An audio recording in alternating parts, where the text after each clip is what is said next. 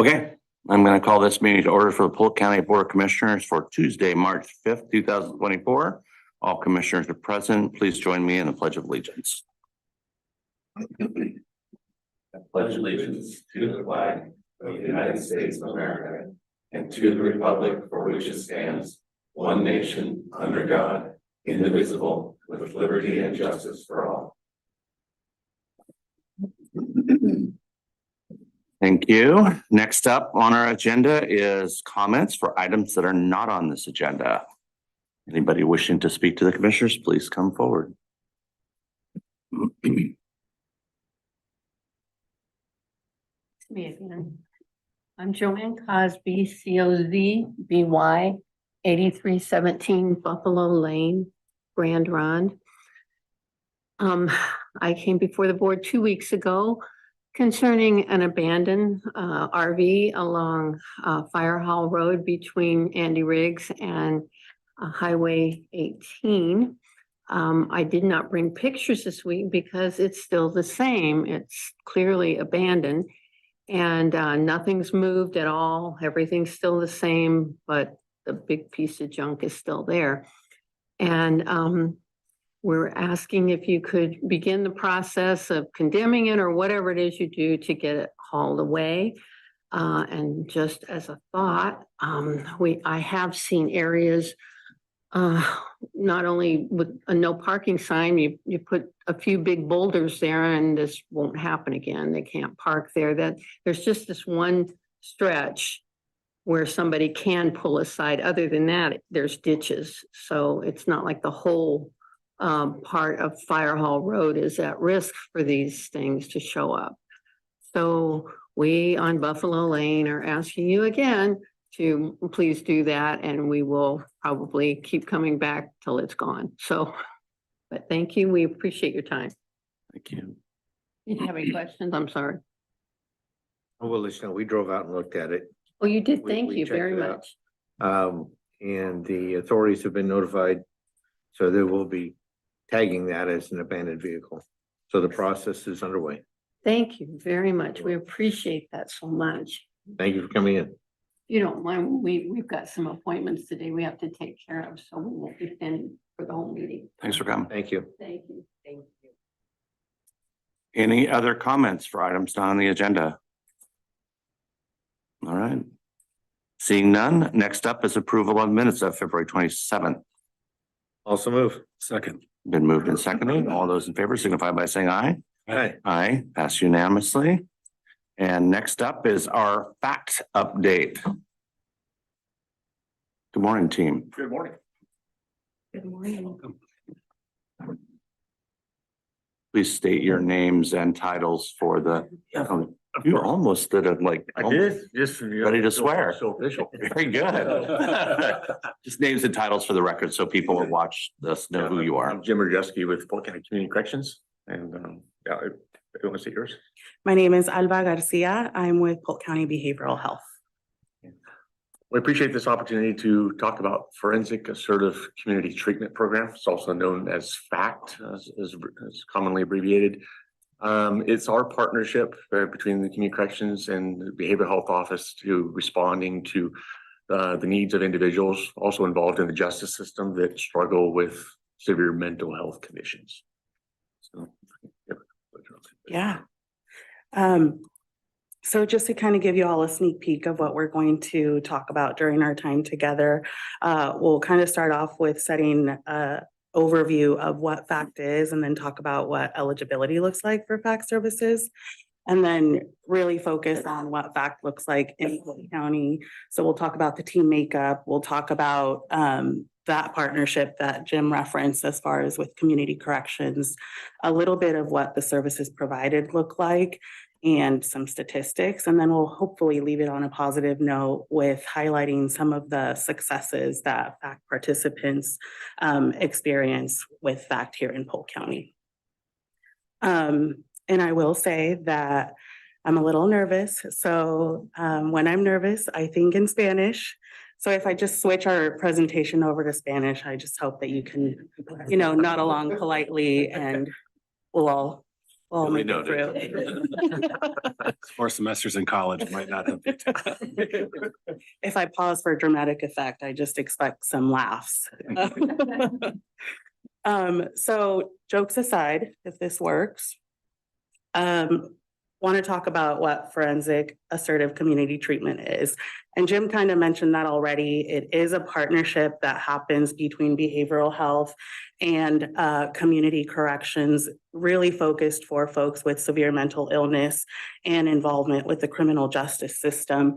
And the goal is to support folks in addressing the criminogenic risk factors and needs that come up with that dual involvement in these systems.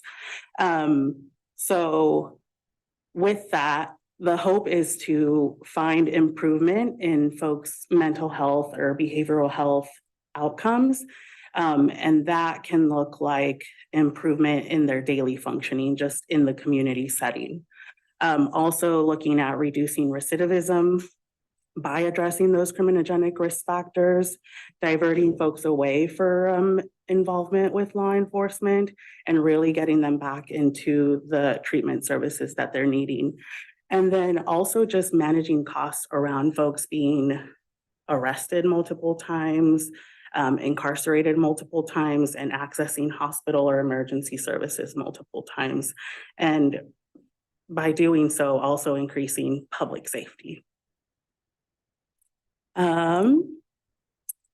As far as who is eligible, when we talk about that, it's really important for us to recognize that FACT adheres to fidelity standards set forth for ACT programs. And that's really outlined pretty firmly in the Oregon administrative rules, and compliance for that is monitored by Oregon Health Authority via the Oregon Center of Excellence for Assertive Community Treatment, which is a mouthful, so OC-ACT works just fine. And with that being said, some of those key eligibility criteria are going to be that severe mental illness diagnosis. And I also want to say that when I'm talking about this list of eligibility criteria, it's not all encompassing, but these are some of the key factors that we're going to look at. And it's not going to be, we check the box for one, and so if they meet one of those, they're eligible. It's really looking at the full picture of the individual's presentation and needs. So with that goes significant functional impairment, and examples of that are really just challenges with activities of daily living. So it can be as basic as folks having challenges with meeting their nutritional needs, meal prepping, grocery shopping, but it can also go into higher needs related things such as not being able to do their laundry, not being able to obtain or maintain competitive employment because of the symptoms or the barriers that are presented through their involvement with the criminal justice system. And then it could, I think a hot topic is housing. So are they able to obtain secure housing or maintain that housing? So if an individual has repeated evictions or is just at risk of losing their housing or houseless, that along with some of these other factors would make them eligible. And then of course, speaking to the criminal justice piece, identification that they have medium to high level of criminogenic risk factors and needs, and then active participation or active supervision through community corrections.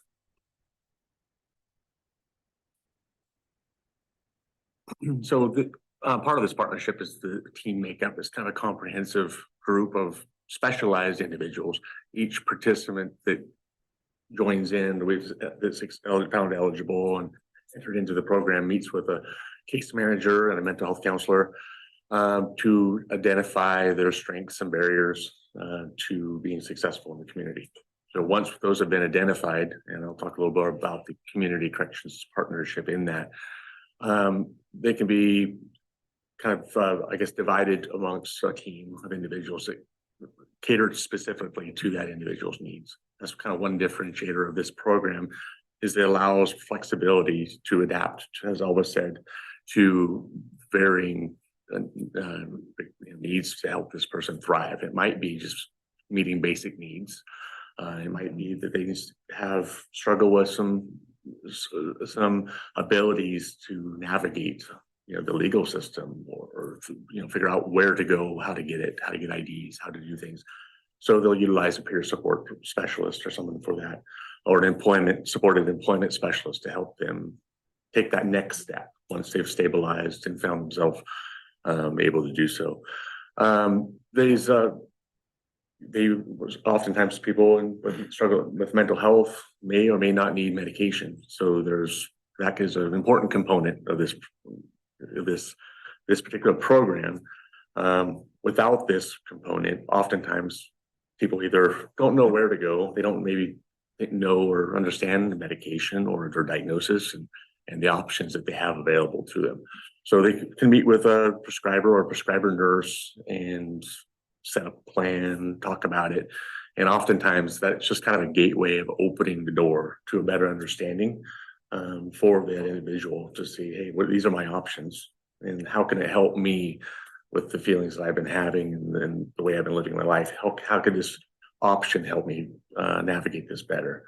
So a struggle of mental health often is just that ability for the person to recognize and understand how this is impacting their life and come to an understanding that, hey, I need some help.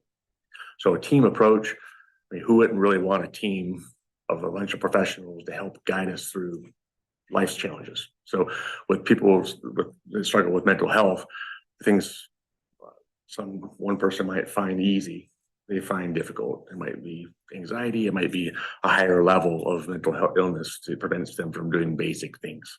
Or it might just be they need management and help them get that next step to become, living their life in the community on their own. So Jim, Yes. those that require medication to help control their anxieties and stuff, does the county provide that for them, or is there a place they can go for the low income or the homeless that can't afford it to get? This is for people that are on community supervision, Okay. Either on parole probation. Mhm. That's what's specific to the FACT team, is that component that they're in services, but they're also in the correction system. So this team, they are designated to FACT. So there is already a prescriber and a nurse available and a case manager. I think on the screen here, it shows the STD, there's drug and alcohol services, mental health services, peer support, kind of the wraparound supported employment specialist to help guide that. And then of course, your services that would link with the case manager and mental health services with prescriber. So do we provide that medication at no cost to the? I can't speak on any of the financials because I'm down in here just helping get, as a conduit to change, but I can speak on but that. maybe you can. Yeah, folks that are involved in FACT services fall under the umbrella of ACT. So typically there is a priority set forth to support with removing barriers.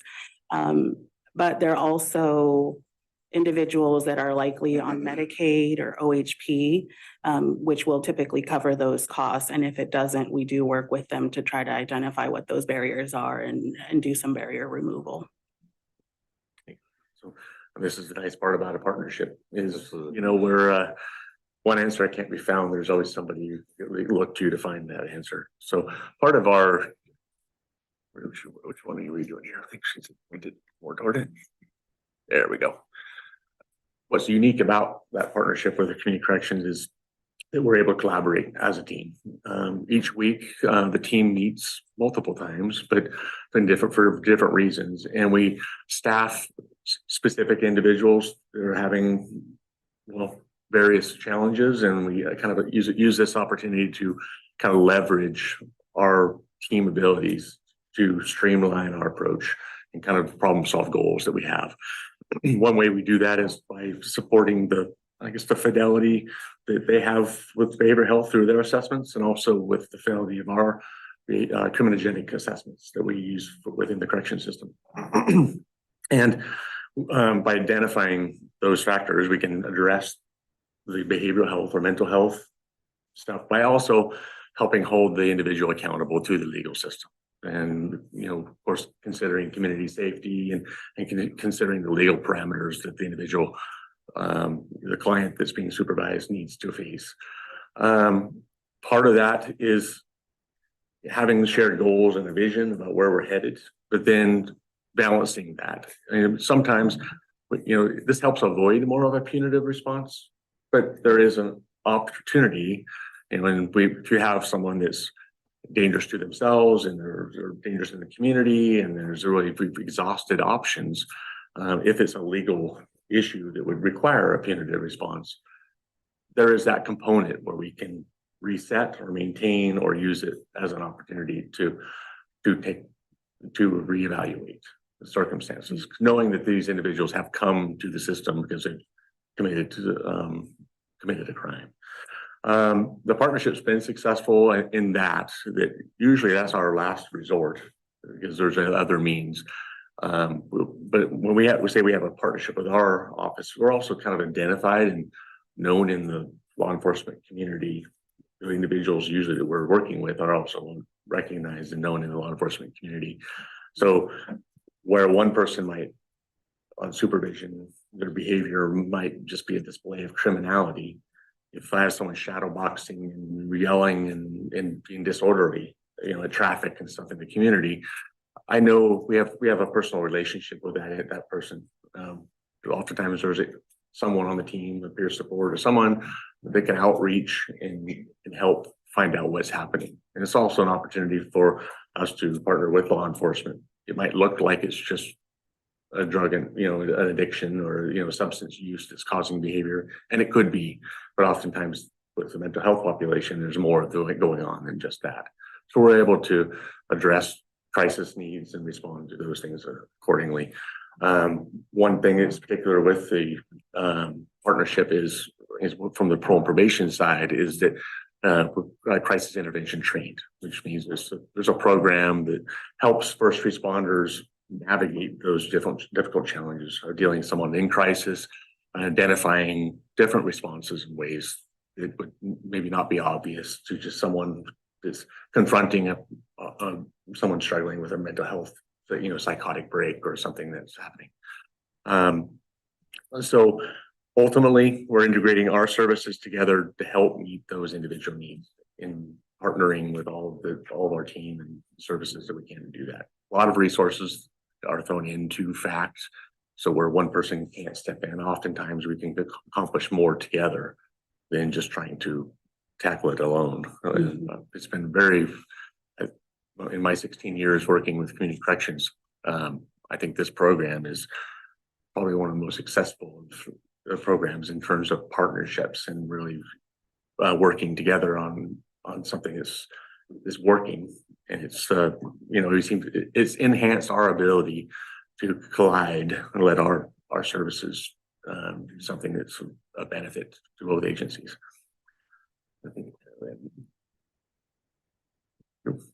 Yeah, back to me. Thanks, Jim. Back to services provided. I think that Jim did highlight that this is a community-based intervention model. So a lot of the interactions and support and engagement that we have with FACT participants is really taking place in the community.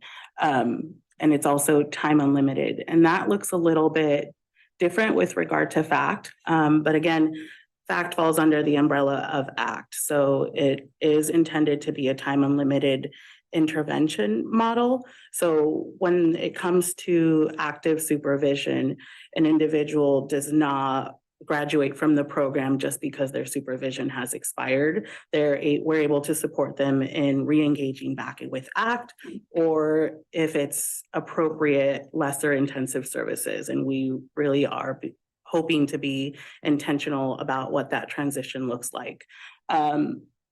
It's a voluntary intervention. It's not something that just because folks are involved in active supervision, they're required to participate. So that is really important to know.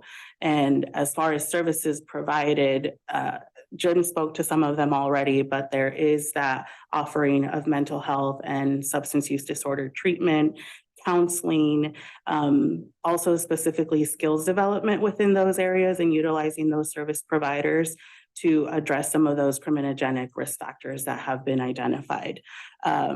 They're also able to access support from the ACT team 24/7 via the ACT crisis phone, which is always manned by an ACT team member, save for Jim, but it is a behavioral health provider that is answering that phone call and is able to support individuals with crises that they're experiencing or support them through managing some of the symptoms that they're experiencing. And we do have capability to respond in person if that's needed, in partnership with law enforcement, after hours, sometimes emergency services, depending on what that need looks like. Jim touched on this already, so I won't spend too much time on that, but there is that medication management piece and medication education piece with the team members, including the prescriber or the team nurse. Same thing goes with case management and peer support.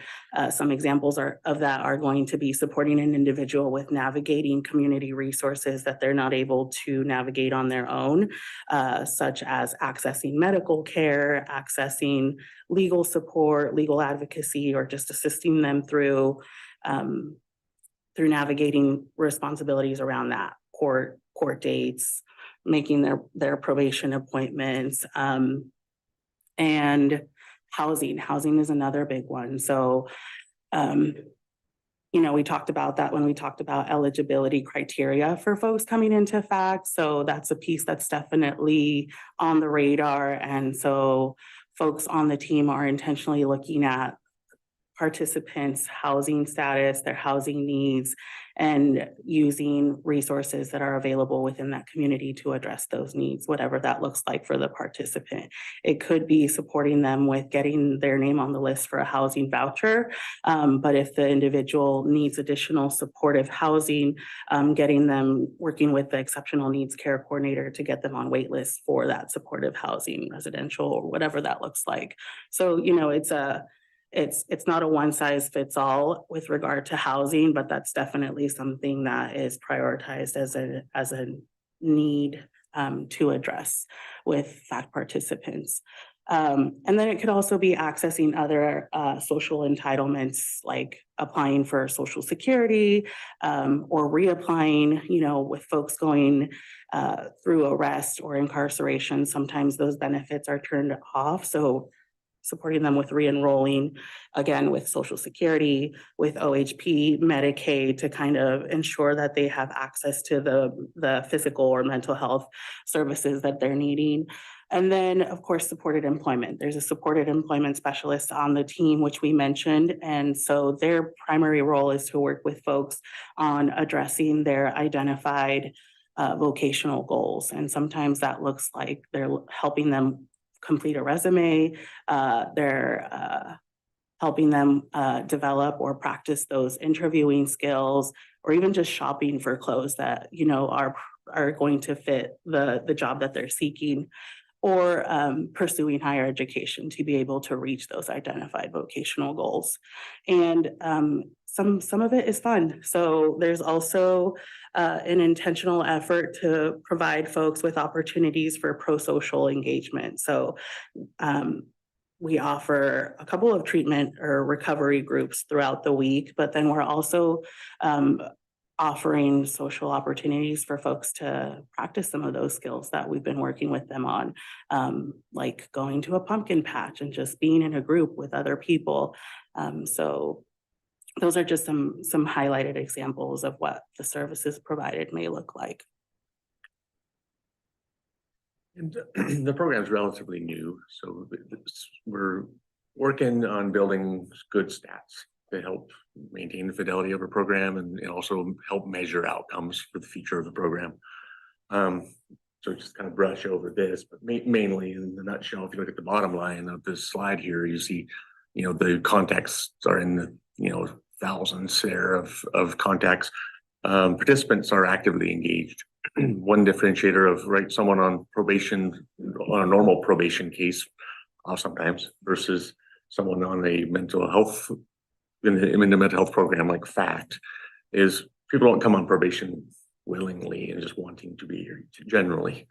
So with FACT, they've kind of created relationships. You know, we're establishing partnerships, but we're also building relationships with the person involved, and that's done through frequent contacts and maintaining that. So our ability to track that data and what's happening with the individual along the way is just going to help us continue to grow and improve the program. So success is another measure we look at, and it's kind of hard to put a finger on what success looks like. They come big and small. You might have someone that comes in with, you know, that thrives fairly well, is able to maintain their own personal care needs, even employed, but they just struggle or in and out of the system, and they're in a, you know, they haven't ever figured out how to solve their issues surrounding mental health. So they sometimes these issues can kind of interfere with their life. So big and small might be something as much as getting on medication, or just admitting or coming to the understanding that they have a mental health condition that they need to look at to better themselves in life. Or it can be from start to finish, we just grow this person. The best success stories we can imagine are those, but it doesn't, oftentimes the small successes are even larger than the big ones in that regard. So a couple that I consider to just tell you about coming today was, one is a woman. She's in her early 30s, been in and out of the system. She suffers with schizophrenia and some, I think, mania. I'm not into all the technical jargon that all we can probably tell you about. Really struggles with the mental health, but she denied coming into their program that she even had a condition at all. Refused medication because all attempts in the past, you know, come with side effects, and they come with stigma. They come with all kinds of things that often impact the person's desire to want to engage with services. Of course, then there's criminal involvement.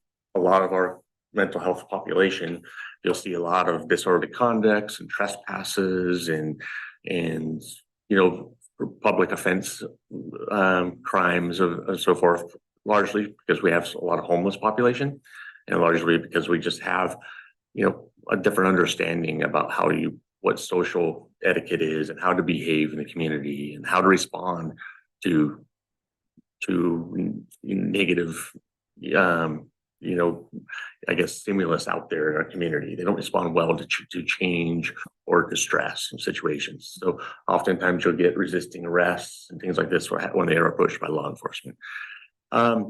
This individual came into our program, which was fairly amenable to it, to at least talk with someone. And that's what was great when we introduced from the correction system over to FACT is, you know, they've got the skills and the magic over there. I don't know how they do it, but of being able to talk in a way that's more therapeutic, and and just come to some consensus and common ground. Hey, these are some things we could at least meet together and talk about. That turns into, well, would you meet with the counselor and talk more about it? And then we enter eligibility into FACT program. Fast forwarding, this particular individual, she was homeless, ended up into some transitional housing, eventually on medication, you know, maintaining compliant with that, with all services. Fast forward to today, she's in her own housing. She's received all her IDs, social security card, and she's making decisions on her own about her own sobriety and about her own mental health, how to manage that, and is currently seeking employment. So kind of nearing the end of a supervision cycle. One of hers was 3 years. She's ready and prepared for the next step to be self-sufficient and to be able to manage her own life in the community following the justice system. So, and that started out as commonly law enforcement contacts in and out of jail all the time, building up fines, court fees, and all this stuff stacking in the kind of the world against her in her own mind, that there's no way out of this trap I'm in. So the team was able to navigate that. So there's another individual currently in supervision. She's 65, been through lifelong challenges of mental health, and even as of a year ago, denied that she had a mental health problem. So all the problems that has come along in her life were just part of the system being against her. It's everyone else's problem of why this has happened. So what I think helped her along the way mainly was just family support. So there was family there to support until the current conviction was where family were the victims of the crime, resulting in some assault and strangulation and things that happened within the home. And of course, that resulted in homelessness and alienation from family and really having nobody out there. So we have somebody that really hasn't come to any kind of terms with their mental illness that has kind of taken a downward spiral. It was a struggle. It was a struggle getting that connection and buy-in to the degree that, hey, there's something more we could do. Some of the, transitional or, shelters, which you enter into them and quickly get kicked out because, there's a trend that happens with our mental health population is that not all facilities and places are able to accommodate the high level of need that some people that are really severely struggling with mental health have. It's not just addiction. We also have this mental health component, and sometimes it's too high needs. So she's kicked in and out of those services. But through a process, through lots of community outreach, one thing the FACT does well is outreach into community and try to meet them where they're at to help guide them and say, hey, no one else is here, but we're here. When you're ready, we're here. And oftentimes that's enough.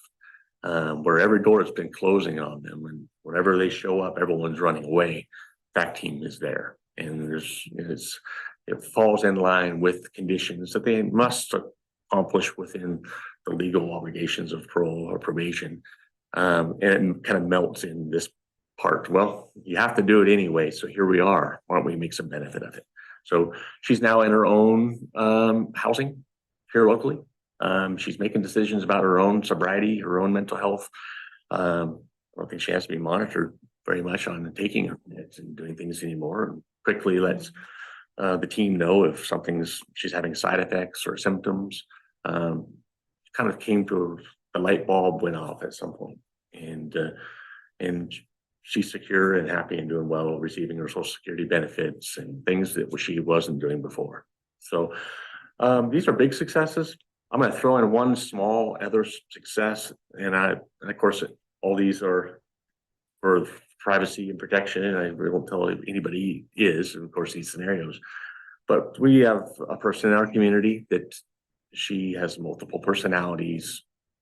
She's trespassed from nearly every facility around, including our behavioral health office. And there's a few of those we have that have been trespassed because of extreme behavior and things that have happened in the past for the protection of other people in our community that are also reaching services.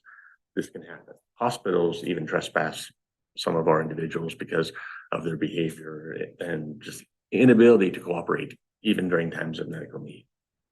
So this individual, wherever she goes, the door is slamming, people are running away because nobody really wants any part of it.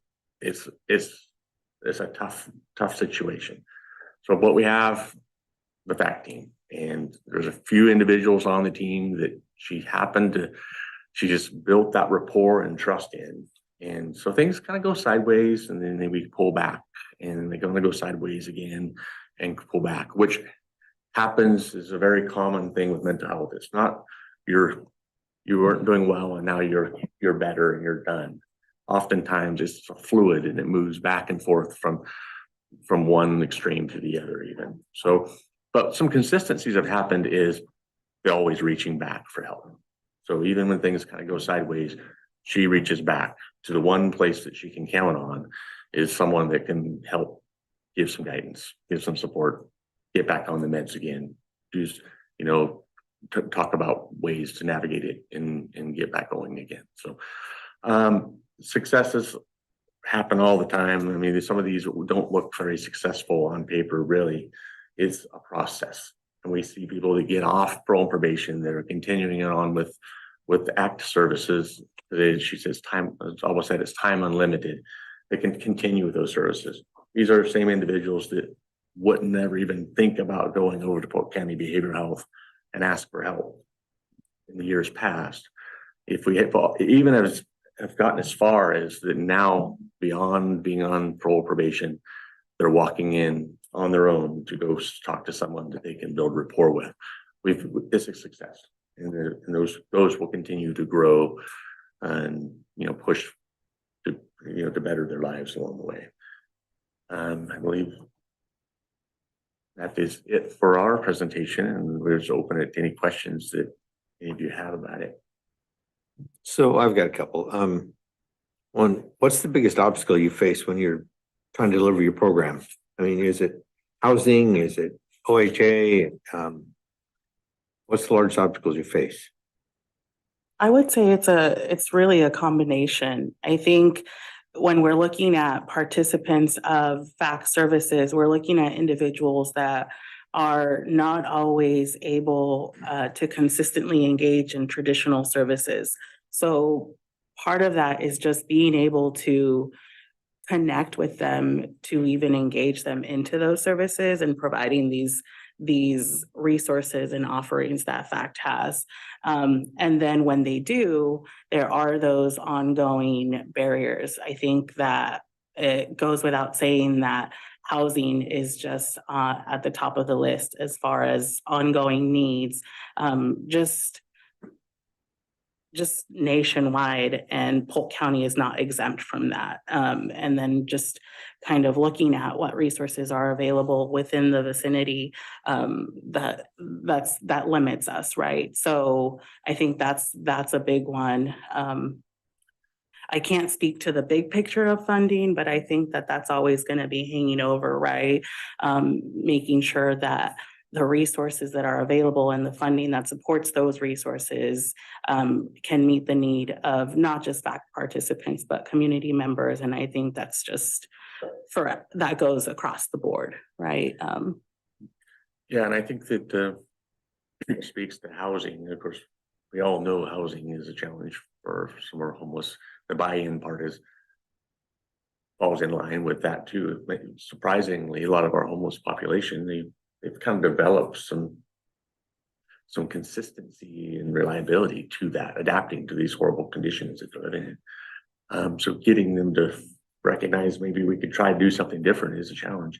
One thing I can say to the credit of FACT or the mental health population is programs like the RAP program, the rental assistance program, specifically to actually, that's part of the criteria for housing. So we've been, I would say, more successful than some of other populations, even with homelessness, in terms of this severe and persistent mental illness condition is actually one of the criteria for RAP.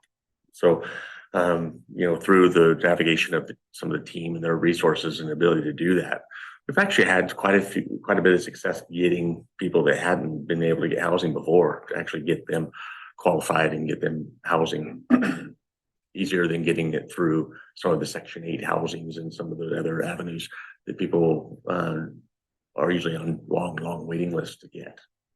So that is a challenge, but we're always looking at ways so we can navigate that. So if you roll your slide back to page 8, the recent statistics. Go back 2 pages. Yeah, how do I go back over here? It's so small up there. I'm seeing where it says back. Oh, nothing's happening. Thank you, Morgan. Appreciate it. Other duties as assigned. Good job.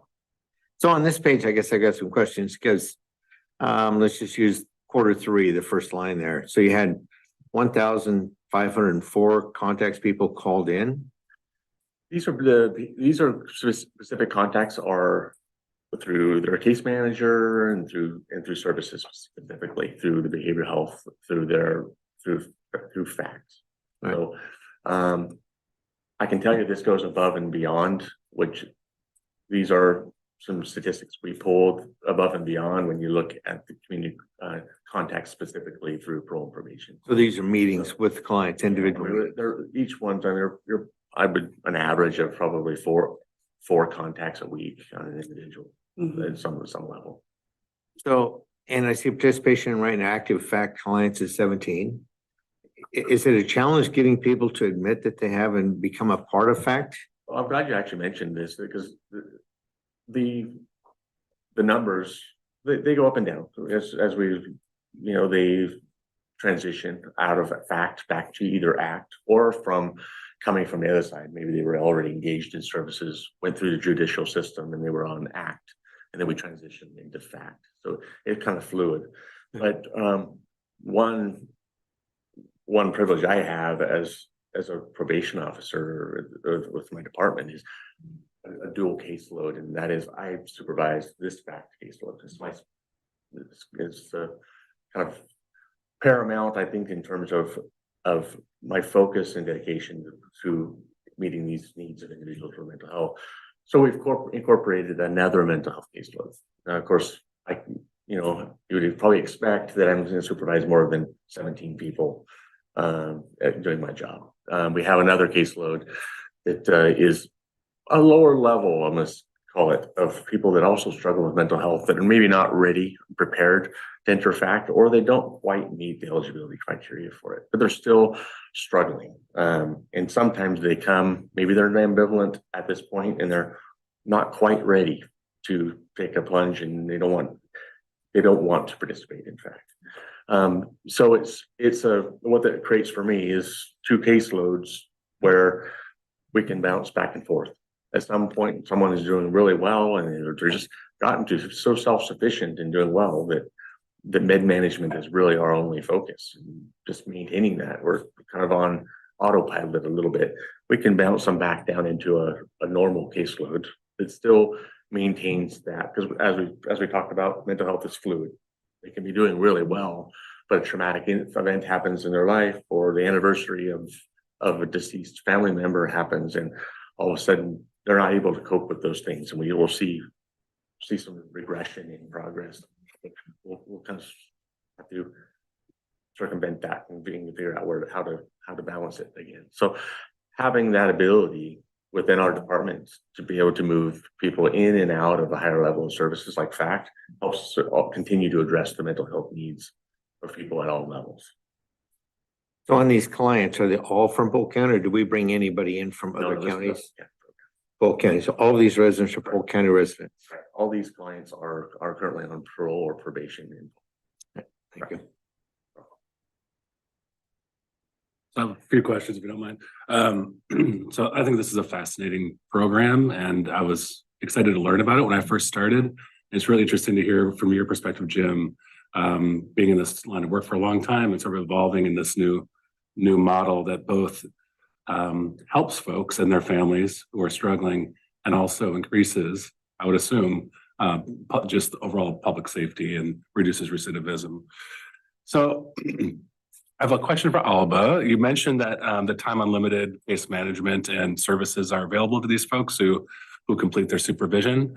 Are you finding a lot of folks continuing with their therapists, with their case management after? So that tells me that it's more than just checking boxes to get through the supervisory period. So there's substantive work happening.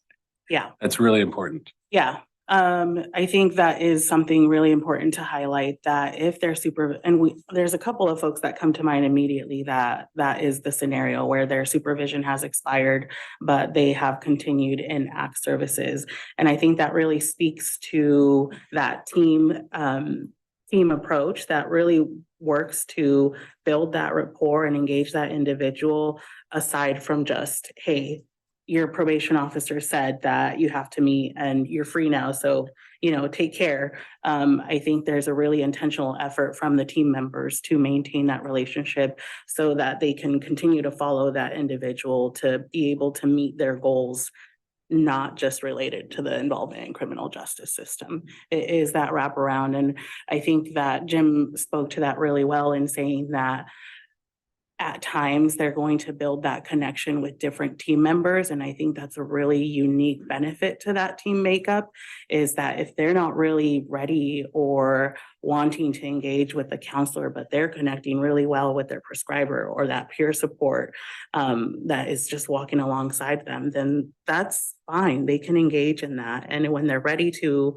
engage with more, if they need to, they have that option. And so it does really allow for that choice and dignity for the individual to really drive what those services are, which I think having that buy-in and that empowerment for individuals that are participating really keeps them motivated to be engaged, because they're driving that, obviously with limitations, right? But that's the hope, to maintain that It'll be choice. interesting to look at that over time as this program continues. Yeah. And I have another question on the statistics. I know that this is a new program, so I'm gonna ask you to speculate.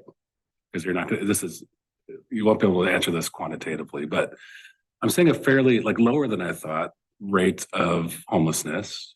A little over a quarter of this population has experienced that for a 30-day period over the quarter. Fairly lower than I would have thought. ER visits, psych ER visits, and psych hospitalizations. My question is, if it weren't for this program, do you think those rates would be increased for this population? And also, with the low rate of hospitalizations, do you think that's, in your professional opinion, are there some folks who could probably use some hospitalization stays, but there wasn't space at the hospital, or do you attribute that to this kind of preventative community approach? Yeah, I think I would say that it's the latter. Really the goal of ACT in fact, is to be with this person very intensively. So this isn't one of those programs where, hey, the client comes in and they meet with one person once a week and we're good to go. Part of that fidelity is following that person along. We meet daily. We have a daily team meeting where we're staffing what's going on with participants. What are some red flags that are coming up? What are some acuity of symptoms that's increasing, and how do we brainstorm to support them in managing that to prevent hospitalization or prevent further arrest? So I think that partnership happens very strongly and intentionally with corrections, but we're also engaging with other community partner agencies and trying to kind of be proactive in that support to avoid hospitalizations, or if there is that need that is very evident for hospitalization, walking alongside that individual to access that, versus them just, being very visible as far as symptoms go in the community and having contact with law enforcement or having arrests.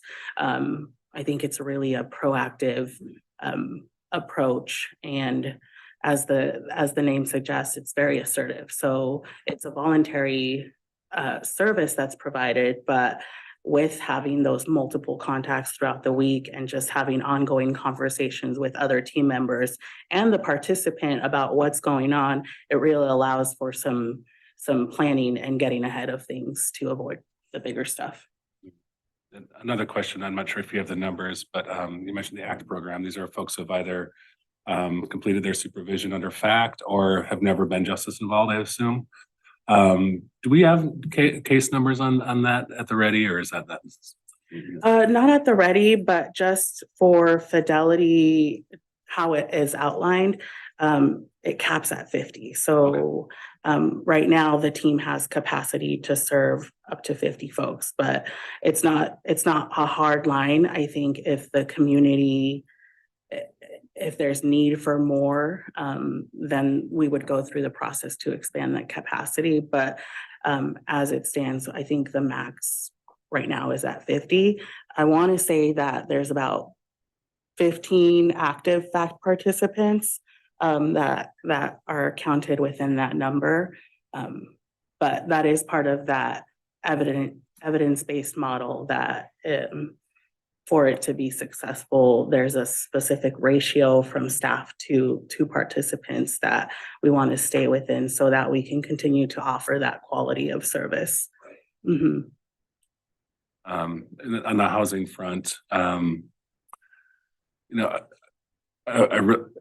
gained a lot from reading the sequential intercept model and some of the feedback, the kind of qualitative feedback that housing is a theme I hear from every provider from every sector, right? And that's, like you said, not unusual. But I do want, helping lead some conversations in the community around this and want to make sure that any sort of new developments are in line with what the needs in our community. And I know that Polk CDC is going to have some beds set aside in their new Carson's Common project for SPMI young adults aged 18 to 24. I'm going to be curious to know kind of what those needs are so I can help as a board member of that organization and being involved in other avenues, make sure that we're lining up services with community needs. So Mhm. I appreciate the give and take there as we do that work. So that's all I have. I have a list. Surprisingly, but I won't ask them all. So just for the record and for anybody following, I want to make certain that it's understood how these clients are interacting, how they are introduced to fact. So they need to be justice involved to get to you, right? And there needs to be a bench order of some kind that engages them in, help me with this, that engages them with supervision first, right? Well, they're on community supervision. Right. No, there had to be an order. They're on active parole or probation. Jim, I'm trying to break it down so that citizens can understand how they got to supervision. They committed a crime, they were sentenced by. In front of a judge. Beyond. And the judge chose this route. Correct. Okay. So I'm just trying to break it down so people can understand how they got to this. And at some point, they could also be in prison and they're releasing because we have history and we understand perhaps through assessments. That's a new piece of information right there. That their mental health been diagnosed with mental health disorder while in prison. Mhm. So they oftentimes will come designated as a mental health, flagged as a mental health client coming out of prison too, so that we can evaluate those from that angle. Even more scary.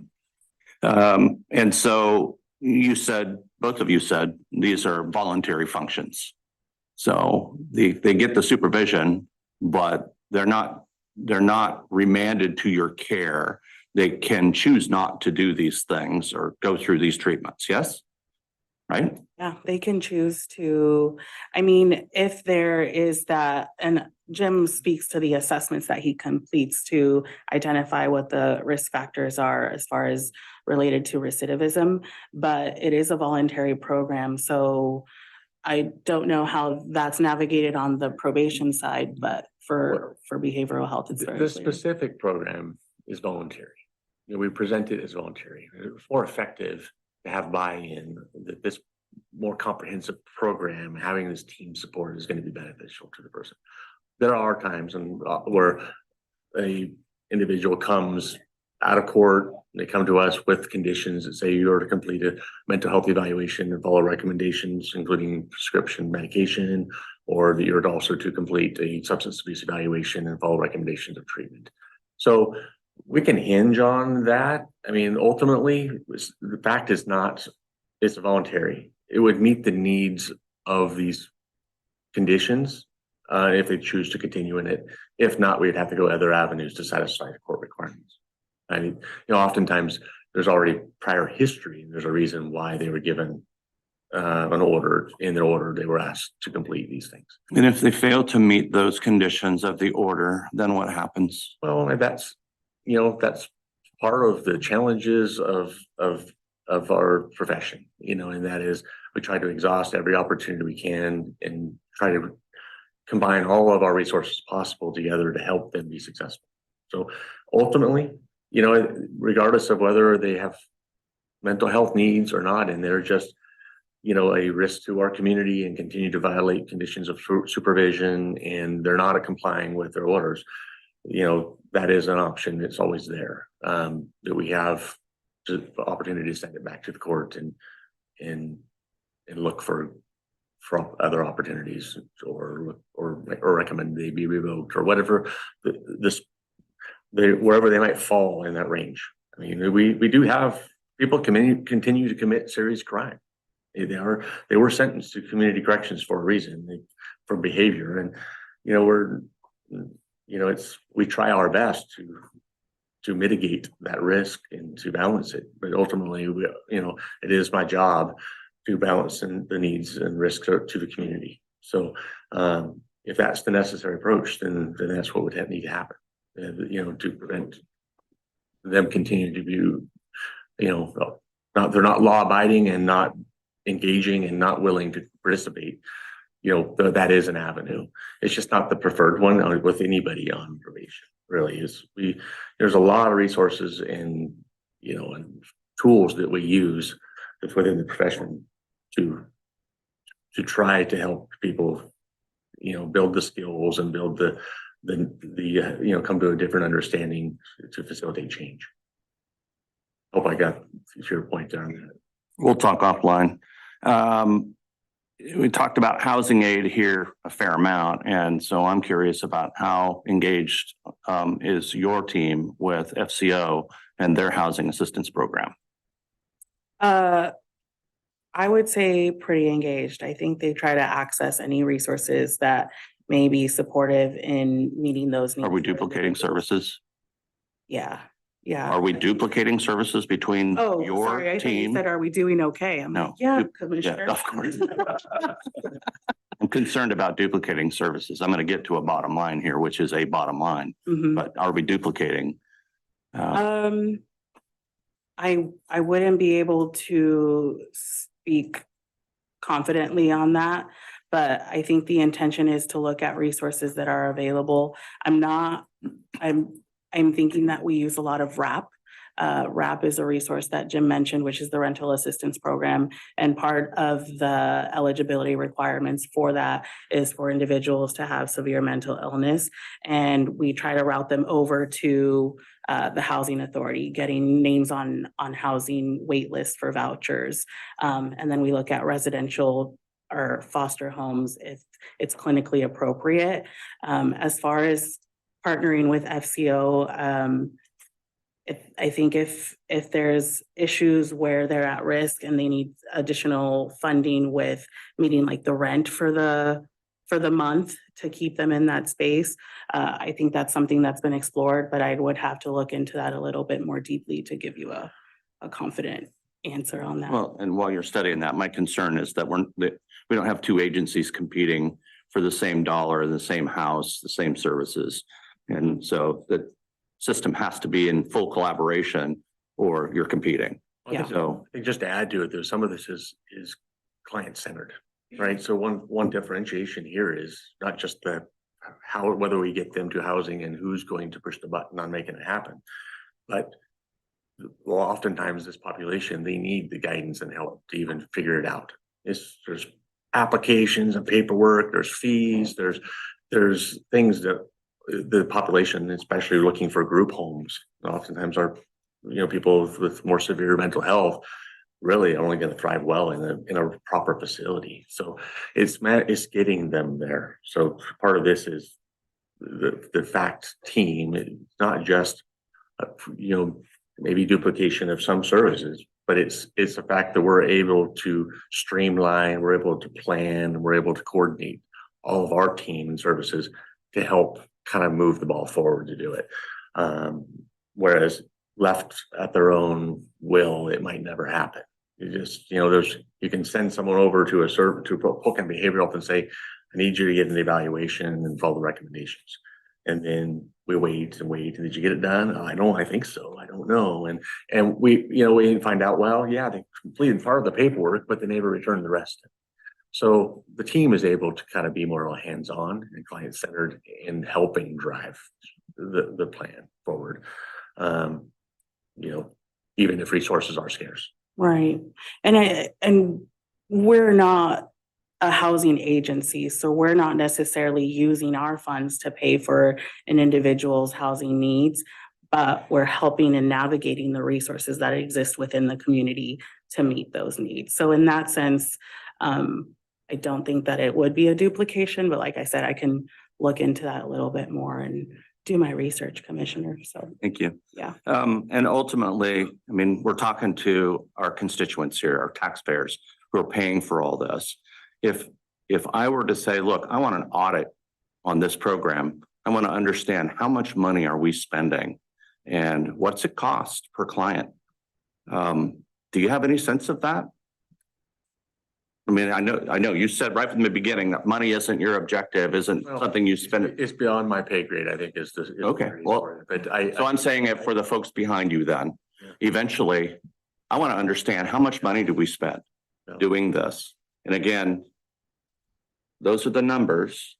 I don't know if we count the bottom line numbers. And I'm always looking for what's the success rate? Who spins out of this and stays out? And who stays in the system and continues to be in the grinder all the time? How much money are we spending? Because the argument I have to be involved in, all of us have to be involved in, eventually is with legislators and state leadership about their argument about how much money it costs to do this a different way. And they're constantly pushing this down onto local communities and local governments. So at some point, we need to all look each other in the eye and be honest about what is this costing? Because this does cost a lot of money. I don't even need to know the numbers to know that it costs a lot of money. There's a lot of professionals involved in the system. And so I'm hopeful that at some point soon, we'll start looking at what does this really cost? All I can say is that from what my knowledge and what I know is that probation services or parole we're already doing this anyway. The difference is we partnered with a program that they would be doing anyway, the ACT program, to create this partnership, this collaboration. So this is a population that it would need, they're already in the system that would require services from the parole and probation office already. So that's all I can I just wanted to add that in. From my perspective is that this is just a different way of doing something to be more effective at my job. Thank you. Thank you. Good job. Sure. Can I ask a follow up to one of your questions? This is about the various services and communities. So you're probably aware, but FCO currently has an FTE paid for by the housing authority, sorry, to provide housing navigation. I know a lot of these folks need specialized housing for folks who need more traditional housing placements. That's certainly a place to go. And they're also contracted with Community Action Agency for rapid rehousing dollars and also eviction prevention as well. So to Commissioner Pope's point, I don't know if you all share client data, probably not. I think they use a different system, but finding efficiencies within the counties is always a possible Yes. thing to do. I think it's important to note too that part of the goal is not reinventing the wheel, right? And supporting folks with navigating what already exists. I think in an ideal world, we would work ourselves out of a job, right? Because we are helping these individuals build the skills to be able to navigate community living and daily functioning on their own. So even though it is a time unlimited service that occurs, there's no expiration date. That's what we want folks to be able to do. You're able to access FCO and its resources on your own. You're able to go and submit your application for housing on your own. You're able to make a medical appointment and set up your transportation on your own. So I think that is the end goal. And if something already exists, we want to support folks with accessing that, but also identifying where those gaps are. And if there are gaps, still having that network for the individual to be able to meet those needs and identify best way to access. So yeah, I think that's a really important note. And I would say that the intention of FACT is to get a person to a point where they're going to be able to do that all on their own and individually and be successful. But to Jim's point, it's not a linear journey that occurs. So Obviously, your team has expertise and plays a role that nobody else can provide. So I'm just throwing that out there. Yeah, I appreciate that and I agree. And And I'm not just saying that because you're kind of a big deal. and that unlimited time frame and that ability, that phone call that they could call when they have that questionable time where their confidence is wavering and to talk to somebody for insurance. That's huge. So that's awesome. And catch them before they get there to the point where they have to come and see you. Saves us all a ton of money. So a great program. Thank you. Thank you. Appreciate it. Thanks, y'all. All right. Do we have any non-listed items? Okay. Hearing nothing further, we are adjourned.